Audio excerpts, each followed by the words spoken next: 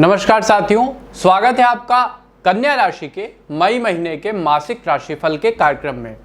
इस प्रोग्राम में हम जानेंगे कि कन्या राशि के मित्रों के लिए मई का यह महीना कैसा रहने वाला है। इस माह में आपकी आर्थिक ग्रोथ कैसी होगी, नौकरी पेशा जीवन कैसा रहने वाला है, यदि आप व्यवसायी हैं तो व्यापार में कितनी तरक्की होगी, कॉम्पिटिटिव एग्जाम की तैयारी कर रहे हैं तो नौकरी मिलेगी अथवा नहीं, और भी अन्य आयामों पर हम चर्चा करेंगे। एक विस्तृत राशिफल होगा, शुभ अंक, शुभ रंग व महीने को अधिक प्रभावी बनाने वाले आवश्यक उपाय भी जानेंगे। तो चलिए बिना किसी देरी के अपनी चर्चा को हम प्रारंभ करते हैं। सबसे पहले फैमिली लाइफ, पारिवारिक जीवन। माह के शुरुआत में परिवार के सदस्यों के बीच किसी बात को लेकर मतभेद सामने आ सकता है, जिससे रिश्तों में खटास उत्पन्न होने की संभावना बन रही है। ऐसे में जो बड़े बूढ़े हैं घर के, उनके हस्तक्षेप से मामला सुलझ जाएगा।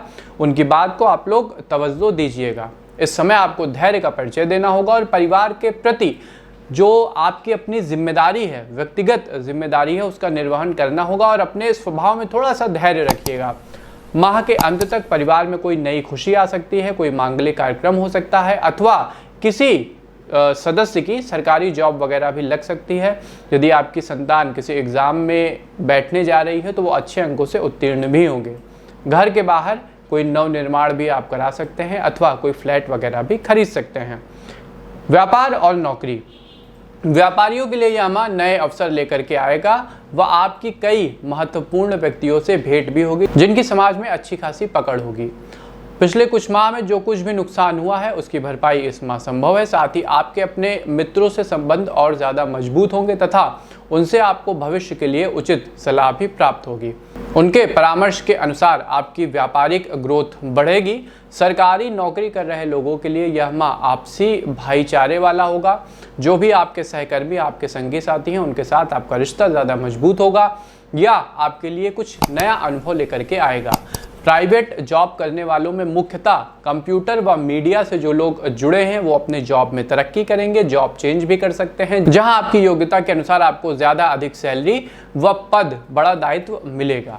शिक्षा और कैरियर, स्कूल में पढ़ रहे छात्रों का मन इस माह पढ़ाई में कम व खेलकूद में ज़्यादा लगेगा, फिजिकल एक्टिविटीज़ में ज़्यादा लगेगा अथा पढ़ाई पर इसका नेगेटिव असर हो सकता है। इसलिए दोनों के बीच संतुलन बनाकर चलिएगा, जहां जो ज़रूरी हो वही करें। उच्च शिक्षा ग्रहण कर रहे लोगों की रुचि अपने विषयों में ज़्यादा बढ़ेगी तथा वह नई चीज़ों को सीखने के प्रति आकर्षित रहेंगे। प्रतियोगी परीक्षा की तैयारी कर रहे छात्रों का पढ़ाई से मोहभंग हो सकता है तथा वह स्वयं के व्यापार को शुरू करने का भी मन बना सकते हैं। ऐसे में पहले घर के बड़ों से सलाह लें, अपनी कुंडली का विश्लेषण करवाएं, उसके बाद ही किसी निष्कर्ष पर पहुंचिएगा। किसी भी महत्वपूर्ण निर्णय को लेने से पहले घर के जो बड़े बुजुर्ग हैं उनकी सलाह बेहद आवश्यक हुई, जैसा मैंने कहा। प्रेम और दाम्पत्य जीवन, यह माह आपके प्रेम जीवन के लिए अच्छा नहीं रहने वाला है। आपके अपने साथी के साथ कुछ बातों को लेकर के अनबन हो सकती है, जिससे रिश्तों में खटास आएगा। ऐसे समय में अपने धैर्य का परिचय दें व एक दूसरे को समझने का प्रयास करें कि उनका व्यू पॉइंट क्या है। यदि आपके विवाह को अभी कुछ समय ही हुआ है तो उनके लिए कुछ स्पेशल करने का आप प्रयास कर सकते हैं, अन्यथा रिश्तों में एक नीरसता का भाव आ जाएगा।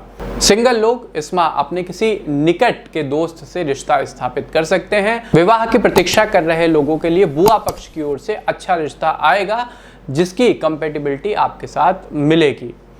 स्वास्थ्य जीवन, हेल्थ लाइफ, इस माह वैसे तो कोई भी गंभीर बीमारी आपको नहीं होगी, लेकिन शारीरिक रूप से कुछ आप कमजोरी का, डिहाइड्रेशन का अनुभव कर सकते हैं। मन किसी काम में नहीं लगेगा, चूंकि मन में एक आलस्य रहेगा, बॉडी शारीरिक रूप से थोड़ी सी अक्षम रहेगी।